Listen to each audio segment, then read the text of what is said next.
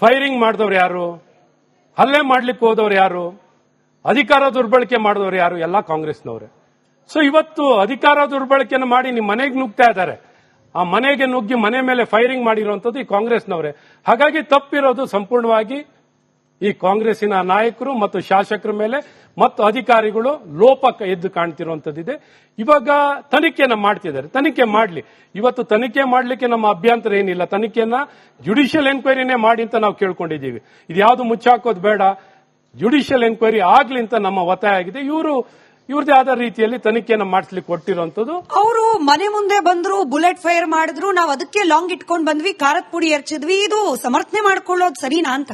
ಈಗ ನಾನು ಯಾವುದು ಸಮರ್ಥನೆ ಮಾಡ್ಲಿಕ್ಕೆ ಹೋಗಿಲ್ಲ. ಈಗ ವಿಚಾರ ಅಲ್ಲಿ ತನಿಖೆಯನ್ನು ತನಿಖೆ ಮಾಡಿದಾಗ ಮಾತ್ರ ನಾವು ಸ್ಪಷ್ಟವಾಗಿ ಇಲ್ಲಿ ನಮಗೆ ಕಂಡು ಬಂದಿದ್ದು ಬಹಳ ಸ್ಪಷ್ಟವಾಗಿ ಮನೆ ನುಗ್ಗಿ ದಾಳಿಯನ್ನ ಮಾಡ್ಲಿಕ್ಕೆ ಹೊರಟವ್ರು ಯಾರು? Bharath Reddy and the supporters. ಏನ್ ಓಪನ್ ಆಗಿ ಫೈರ್ ಮಾಡಿಕೊಂಡು ಅವ್ರ ಮನೆಗೆ ನುಗ್ಗಿ ಹೊಡಿಲಿಕ್ಕೆ ಅವರ ಜೀವಕ್ಕೆ ಅಪಾಯ ಇತ್ತು. ಅವ್ರ ಜೀವನ ತಗೊಳ್ಳಿಕ್ಕೆ ಹೊರಟಿದ್ದಂತವ್ರು ಈ ಕಾಂಗ್ರೆಸ್ನ ಕಾರ್ಯಕರ್ತರು. ಹಾಗಾಗಿ ಇವತ್ತು ಕಣ್ಣಿನ ಮುಂದೆ ಇವತ್ತು ಅವ್ರ ಮನೆಗೆ ಟ್ರೆಸ್ ಪಾಸಿಂಗ್ ಮಾಡ್ತಿರೋರು ಯಾರು? ಯಾರ ಆವರಣಕ್ಕೆ ಹೋಗಿದ್ದಾರೆ? ಯಾರ ಮನೆ ಒಳಗಡೆ ನುಗ್ಗಿದ್ದಾರೆ? ಇವ್ರು ಅವ್ರ ಭರತ್ ರೆಡ್ಡಿ ಮನೆ ಹತ್ರ ಹೋಗಿದಾರ ಅಥವಾ ಅವ್ರು ಬೇರೆ ಇನ್ನೊಂದು ಸ್ಥಳಕ್ಕೆ ಹೋಗಿದಾರ? ಟ್ರೆಸ್ ಪಾಸಿಂಗ್ ಮಾಡಿ ಒಂದು ಮನೆಯ ಒಳಗೆ ನುಗ್ಗಿ ಅವರಿಗೆ ಹಲ್ಲೆ ಮಾಡ್ಲಿಕ್ಕೆ ಕೊಟ್ಟಿರುವಂತದ್ದು, ಅವ್ರನ್ನ ಜೀವ ತಗೊಳಕ್ ಕೊಟ್ಟಿರುವಂತದ್ದು ಈ ಕಾಂಗ್ರೆಸ್ನ ನಾಯಕರು ಬಹಳ ಸ್ಪಷ್ಟವಾಗಿ ಕಂಡು ಬಂದಿರುವಂತದ್ದು. ಹಾಗಾಗಿ ಇವತ್ತು ಬುಲೆಟ್ ಫೈರ್ ಮಾಡಿರೋರು ಯಾರು? ಅದರಿಂದ ತೀರೋಗಿರೋರು ಯಾರು? ಇವತ್ತು ಕಾಂಗ್ರೆಸ್ ಹತ್ರ ಉತ್ತರ ಇದೆಯಾ? ಅದೇ ಹೋಗಿ ಕಂಪ್ಲೇಂಟ್ ಕೊಟ್ಟಿದ್ರೆ ಸಾಕಿತ್ತಲ್ವಾ? ಒಬ್ಬ ಲಾ ಮೇಕರ್ ಆಗಿ ಇವರು ಕಾನೂನು ಕೈ ತೊಗೊಳ್ಳುವಂತ ಪರಿಸ್ಥಿತಿ ಏನಿತ್ತು? ಸರ್ಕಾರ ಇವ್ರದು. ಬಟ್ ಆನೆಸ್ಟ್ಲಿ ಹೇಳಿ, ಒಬ್ಬ ಸಭ್ಯ ರಾಜಕಾರಣಿ ಅಂತ ಹೆಸರು ಪಡೆದಿರುವ ಅಶ್ವಥ್ ನಾರಾಯಣ್ ಅವರಿಗೆ ಬಳ್ಳಾರಿಯ ಒಟ್ಟಾರೆ ಪಕ್ಷಾತೀತವಾಗಿ ಬಳ್ಳಾರಿಯ ಒಟ್ಟಾರೆ ರಾಜಕೀಯ ವ್ಯವಸ್ಥೆಯಲ್ಲಿ ಒಂದು ಬದಲಾವಣೆ ಬರಬೇಕು. ಈ ಪುಡಿ ರೌಡಿಗಳು, ಅವರ ಬ್ಯಾಕ್ ಎಂಡ್ ಅಲ್ಲಿ ವರ್ಕ್ ಮಾಡ್ತಾ ಇರುವ ರಾಜಕಾರಣಿಗಳು, ಇವ್ರನ್ನೆಲ್ಲರನ್ನೂ ನೆಲ ಸಮೇತವಾಗಿ ಅಥವಾ ಬೇರ್ ಸಮೇತವಾಗಿ ಬಳ್ಳಾರಿಯಿಂದ ಕ್ಲೀನ್ ಮಾಡೋ ಅನಿವಾರ್ಯತೆ ಇದೆ ಅಂತ ಅನ್ನಿಸ್ತಾ ಇಲ್ವಾ ಸರ್? ಖಂಡಿತ ಈ ಸರ್ಕಾರದ ಮೇಲೆ ಈ ಜವಾಬ್ದಾರಿ ಇದೆ. ಸರ್ಕಾರ ಜವಾಬ್ದಾರಿ ಇರೋರೆ ಪ್ರೈವೇಟ್ ಆರ್ಮಿಯನ್ನ ನಿಲ್ಸ್ಕೊಂಡು ನೀವು ನೋಡ್ಬೇಕಲ್ಲ, ಅಲ್ಲಿ ಸುತ್ತ ನಿಂತವ್ರು ಯಾರು? ಇದನ್ನ ಏನ್ ಮಾಡ್ಲಿಕ್ಕೆ ಕೊಟ್ಟಿದ್ದಾರೆ? ಅಲ್ಲಿ ಪ್ರೈವೇಟ್ ಆರ್ಮಿಯನ್ನು ಇಟ್ಕೊಂಡು ಪ್ರೈವೇಟ್ ಗನ್ಮೆನ್ ಕರ್ನಾಟಕದಲ್ಲಿ ನಾವು ಕೇಳಿದೀವಿ ಅಂತದ್ದು. ಈ ರೀತಿ ಪ್ರೈವೇಟ್ ಆರ್ಮಿಯನ್ನ ಇಟ್ಕೊಂಡು ಒಬ್ಬ ಸರ್ಕಾರದಲ್ಲಿದ್ದಾಗ ತನಗೆ ಏನಾದ್ರು ರಕ್ಷಣೆ ಕೊರತೆ ಇದ್ರೆ ಒಬ್ಬ ಶಾಸಕನಾಗಿದ್ದವನಿಗೆ ಎಷ್ಟು ಬೇಕಾದ್ರೂ ಕೇಳ್ಬೋದು ಸಿಬ್ಬಂದಿಗಳನ್ನ. ಅವ್ರು ಕೇಳಿ ಸರ್ಕಾರದಿಂದ ಅಧಿಕೃತವಾಗಿ ಪಡಿಬಹುದಿತ್ತು. ಈ ರೀತಿ ಪ್ರೈವೇಟ್ ಆರ್ಮಿಯ ಅವಶ್ಯಕತೆ ಇದೆಯಾ? ಯಾವ ರೀತಿ ಇದೆ ಇದು? ಈ ರೀತಿ ಇವತ್ತು ಸರ್ಕಾರ ಇರೋದು ಯಾರ್ದು? ಜವಾಬ್ದಾರಿ ಇರೋದು ಯಾರ ಮೇಲೆ? ಇವತ್ತು ಪಾದಯಾತ್ರೆ ಮಾಡಿದವರು ಯಾರು? ಸಿದ್ದರಾಮಯ್ಯನವರು. ಇದೇ ಕಾಂಗ್ರೆಸ್ನವರು ಪಾದಯಾತ್ರೆ ಯಾತಕ್ಕೆ ಮಾಡಿದ್ರು? ಯಾವ ಉದ್ದೇಶಕ್ಕೆ ಮಾಡಿದ್ರು? ಹಾಗಾಗಿ ಉದ್ದೇಶ ಈಡೇರಿದೆಯಾ? ಇವರು ಅಧಿಕಾರಕ್ಕೆ ಬಂದಾಗ ಇವರ ಬಾಲ ಇವರೇನು ಹೊರತುಪಡಿಸಿಲ್ಲ. ಇವರು ಈ ರೀತಿ ಅಧಿಕಾರ ದುರ್ಬಳಕೆಯನ್ನು ಮಾಡ್ತಿರೋದು ಬಹಳ ಸ್ಪಷ್ಟವಾಗಿ ವ್ಯಕ್ತಪಡಿಸಿದೆ. ಕಾನೂನಾತ್ಮಕವಾಗಿ ಎಲ್ಲಾ ಸಮಸ್ಯೆಗಳನ್ನ ಎದುರಿಸಿ ಕಾನೂನಲ್ಲಿ ಎದುರಿಸ್ತಿರೋರು ಜನಾರ್ದನ್ ರೆಡ್ಡಿ ಅವರು. ಮನೆ ಸುಟ್ಟಾಕ್ತೀನಿ ಬಳ್ಳಾರಿ ಭಸ್ಮ ಮಾಡ್ತೀನಿ, ಮನೆ ಸುಟ್ಟಾಕ್ತೀನಿ ಅಂತ ಮಾತನಾಡಿದ ಶಾಸಕ ನಾರಾ ಭರತ್ ರೆಡ್ಡಿ ಅವ್ರ ಮೇಲೆ ದ್ವೇಷ ಭಾಷಣ ಕಾಯ್ದೆಯಲ್ಲಿ ಕೇಸ್ ಹಾಕಬೇಕು ಅಂತಿದ್ದೀರಿ, ವಿರೋಧ ಪಕ್ಷದ ಬಹುತೇಕರ ಮಾತು. ಬಟ್ ಆ ಮಸೂದೆ ಬರ್ಲಿಕ್ಕೇನೆ ನಿಮ್ ವಿರೋಧ ಇದೆಯಲ್ಲ, ಭಯ ಯಾಕೆ? ಮಸೂದೆ ನೋಡಿ, ಮಸೂದೆಗೆ ಈಗ ಆಲ್ರೆಡಿ ಇವತ್ತು ಬಿಎನ್ಎಸ್ಎಸ್ ಕಾನೂನಲ್ಲೇ ಎಲ್ಲ ಈ ರೀತಿ ಕೇಸನ್ನ ದಾಖಲು ಮಾಡ್ಲಿಕ್ಕೆ ಅವಕಾಶ ಇದೆ. ಈಗ ಅವಕಾಶ ಇಲ್ವಾ? ಅವಕಾಶ ಇದೆ. ಆದ್ರೆ ಅವಕಾಶ ಇದ್ರೂ ಆ ಕಾನೂನು ಯಾಕೆ ಬಳಕೆ ಮಾಡ್ತಿಲ್ಲ? ಸೊ ಯಾವ ಕಾನೂನಲ್ಲಿ ಇಲ್ಲ ಅಂದಾಗ ನೀವು ಕಾನೂನು ತನ್ನಿ. ಹೊಸದಾಗಿ ಕಾನೂನು ತರಕ್ಕೆ ದ್ವೇಷ ಭಾಷಣ ಮಾಡಲಿಕ್ಕೆ ಕಾನೂನಲ್ಲಿ ಈಗಿನ ಅವಕಾಶ ಇಲ್ಲ, ಪ್ರೊವಿಷನ್ ಇಲ್ಲ ಅಂದ್ರೆ ಖಂಡಿತ ಎಸ್, ಇವ್ರ ತರ ಸರಿ ಇದೆಯಪ್ಪ, ಇವ್ರು ಬಹಳ ಚಿಂತಕರು, ಕಾನೂನ ಗೌರವಿಸೋರು, ಕಾಂಗ್ರೆಸ್ನವರು ಅಂದ್ರೆ ಕಾಂಗ್ರೆಸ್ನವರು ಅಂದ್ರೆ ಕಾನೂನು ಅಂತ ಹೇಳ್ಬೋದಿತ್ತು. ಆದ್ರೆ ಇವರು ಯಾವುದೇ ರೀತಿ ಇಲ್ಲಿ ಕಾನೂನನ್ನ ಗೌರವಿಸುವಂತ ಕೆಲಸ ಎಳ್ಳಷ್ಟು ಇದುವರೆಗೂ ಇವರು 2.5 ವರ್ಷ ಆಗಿದೆ ಅಧಿಕಾರಕ್ಕೆ ಬಂದು. ಏನಾರ ಬಾಂಬ್ ಹಾಕೋನು, ಕುಕ್ಕರ್ ಬಾಂಬ್ ಇರೋನ್ನ ನನ್ನ ಬ್ರದರ್ ಅಂತಾರೆ. ರಾಮೇಶ್ವರಂನಲ್ಲಿ ಬಾಂಬ್ ಬ್ಲಾಸ್ಟ್ ಮಾಡಿದವ್ರನ್ನ ಅವ್ರ ವ್ಯಾಪಾರದ ವ್ಯತ್ಯಾಸ ಅಂತ ಹೇಳಿದ್ರು. ತನಿಖೆ ಮಾಡೋ ಮುಂಚೆನೆ ಯಾರು ಸರ್ಕಾರದಲ್ಲಿದ್ದವರು,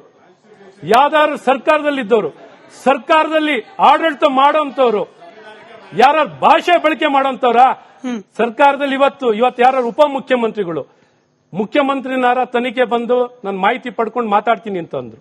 ಉಪಮುಖ್ಯಮಂತ್ರಿಗಳು ಏನ್ ಹೇಳಿದ್ರು? ಇಲ್ರೇ ನಮ್ಮ ಶಾಸಕರ ಬೆಂಬಲಕ್ಕೆ ನಾವು ನಿಲ್ತೀವಿ, ಅವ್ರು ಏನ್ ಬೇಕಾದ್ರೆ ಹೇಳಿರ್ಬೋದು.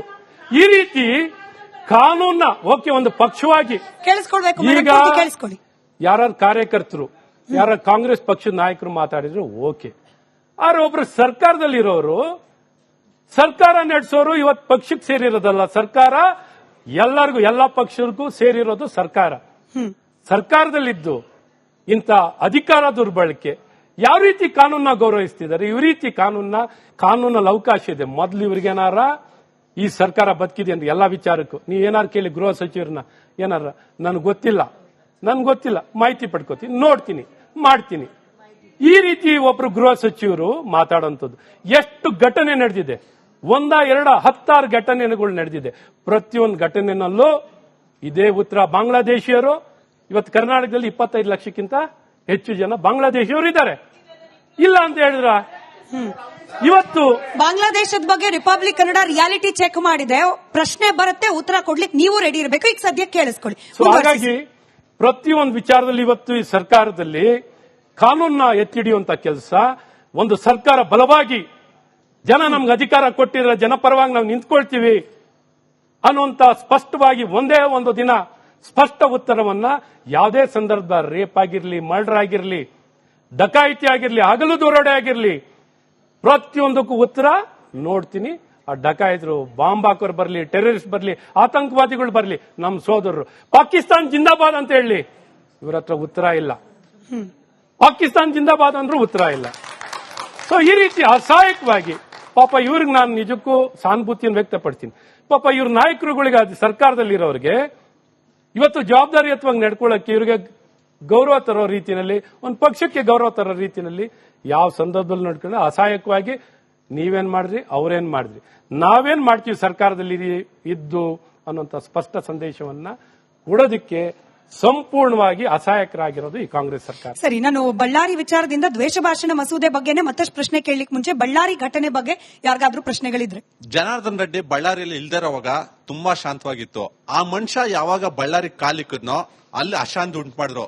ಈಗ ನಾನು ನಿಮ್ಮನ್ನ ಏನ್ ಕೇಳ್ಕೊಂತ ಇದೀನಿ ಅಂದ್ರೆ, ನೋಡಿ, ನಾನು ಪ್ರಶ್ನೆ ಮಾಡ್ತಾ ಇದ್ದೀನಿ ಸರ್, ಜನಾರ್ದನ್ ರೆಡ್ಡಿನ ಮತ್ತೆ ಬಳ್ಳಾರಿಯಿಂದ ಗಡಿಪಾರು ಮಾಡಿದ್ರೆ ಮಾತ್ರ ಬಳ್ಳಾರಿ ಶಾಂತವಾಗಿರೋ ಸರ್. ಯಾಕೆ ಗೊತ್ತಾ, ಜನಾರ್ದನ್ ರೆಡ್ಡಿ ಹತ್ರ ಅಕ್ರಮ ಸಂಪತ್ತು ಜಾಸ್ತಿ ಇದೆ, ಅವ್ರಿಗೆ ಇಡಿ ಭಯ ಇಲ್ಲ. ಯಾಕಂದ್ರೆ ನಿಮ್ ಕೇಂದ್ರ ಸರ್ಕಾರದಲ್ಲಿ ಇರೋದು ಇಡಿ ಎಲ್ಲ ನಿಮ್ ಕೈಯಲ್ಲಿದೆ. ಹಾಗಾಗಿ ಯಾವುದೇ ರೀತಿಯ ಭಯ ಇಲ್ದಿರ ಇವತ್ತು ಬಳ್ಳಾರಿಯಲ್ಲಿ ಅಶಾಂತಿಯನ್ನು ಸೃಷ್ಟಿ ಮಾಡ್ತಾರೆ. ಅವ್ರು ಉತ್ತರ ಕೊಡೋಕ್ ಮುಂಚೆ ಗನ್ಮ್ಯಾನ್ ಇಟ್ಕೊಂಡು ಓಡಾಡ್ತಾ ಇರುವ ಸತೀಶ್ ರೆಡ್ಡಿ ಅವ್ರನ್ನ ಏನ್ ಮಾಡ್ಬೇಕಂತಾನು ಉತ್ತರ ಕೊಡಿ, ಆಮೇಲೆ ಮಿಕ್ಕಿದ. ಖಂಡಿತ ಸರ್. ಈಗ ನೋಡಿ, ಗುಂಡು ತಗ್ಲಿರೋದು ನಮ್ಮ ಪಕ್ಷದ ಕಾಂಗ್ರೆಸ್ ಕಾರ್ಯಕರ್ತನಿಗೆ ಆರ್ಸರ್ ಸತೀಶ್ ರೆಡ್ಡಿ. ಅಲ್ಲ, ನನ್ನೊಂದು ಸಿಂಪಲ್ ಪ್ರಶ್ನೆ. ಇರಿ, ತಾಳ್ಮೆ. ನನ್ ಸಿಂಪಲ್ ಪ್ರಶ್ನೆ, ಜನಾರ್ದನ್ ರೆಡ್ಡಿ ಅವರನ್ನ ಗಡಿಪಾರು ಮಾಡಬೇಕು, ಆದ್ರೆ ನಿಮ್ಮದೇ ಪಕ್ಷದ ಕಾರ್ಯಕರ್ತನ ಪ್ರಾಣ ಹೋಗ್ಲಿಕ್ಕೆ ಕಾರಣವಾದ ಸತೀಶ್ ರೆಡ್ಡಿ ಅವರ ಗನ್ಮ್ಯಾನ್, ಹಾಗೆ ಸತೀಶ್ ರೆಡ್ಡಿ ಅವರನ್ನು ಏನು ಮಾಡಬೇಕು? ಶಿಕ್ಷೆ ಆಗುತ್ತೆ. ಆದ್ರೆ ಗನ್ ಮ್ಯಾನ್ ಸಂಸ್ಕೃತಿ ಯಾಕೆ ಬಂತ ಸರ್? ಬಳ್ಳಾರಿಯಲ್ಲಿ ಜನಾರ್ದನ್ ರೆಡ್ಡಿ ಅಂತ ಗೂಂಡಾಗ್ಲಿಂದಾನೆ ಸರ್ ಅಲ್ಲಿ ಗನ್ ಮ್ಯಾನ್ಗಳು ಜಾಸ್ತಿ ಆಗಿರೋದು. ಸತೀಶ್ ರೆಡ್ಡಿ ಏನು ಮೇಡಮ್, ಇಂಥವ್ರು ಜನಾರ್ದನ್ ರೆಡ್ಡಿ ಅಂತವ್ರು ಇದಾರಲ್ವ, ಅಕ್ರಮ ಸಂಪತ್ತು ಮಾಡ್ಕೊಂಡು ಏನ್ ಬೇಕಾದ್ರೆ ನಡೀತದೆ ಅಂತ ಹೇಳ್ಬಿಟ್ಟು ಜೀವ ಭಯ ಇದೆ. ಗಾಲಿ ಜನಾರ್ದನ್ ರೆಡ್ಡಿ ಇದಾರಲ್ವಾ, ಇಂಥ ಬಿಜೆಪಿಯ ನಾಯಕರಲ್ಲಿ ಇದಾರಲ್ವಾ, ಹಾಗಾಗ್ಬಿಟ್ಟು ಗನ್ ಮ್ಯಾನ್ಗಳು ಇಟ್ಕೊಂಡು. ಬಿಜೆಪಿ ನಾಯಕರಂದ್ರೆ ಕಾಂಗ್ರೆಸ್ನವ್ರಿಗೆ ಜೀವ ಭಯ ಅಂತ ಬಳ್ಳಾರಿಯಲ್ಲಿ. ಬಹಳ ಮುಖ್ಯವಾಗಿ ಏನೊಂದು ಇವತ್ತು ಸರ್ಕಾರ ಇರೋದು ಕಾಂಗ್ರೆಸ್ ಸರ್ಕಾರ. ಕಾನೂನು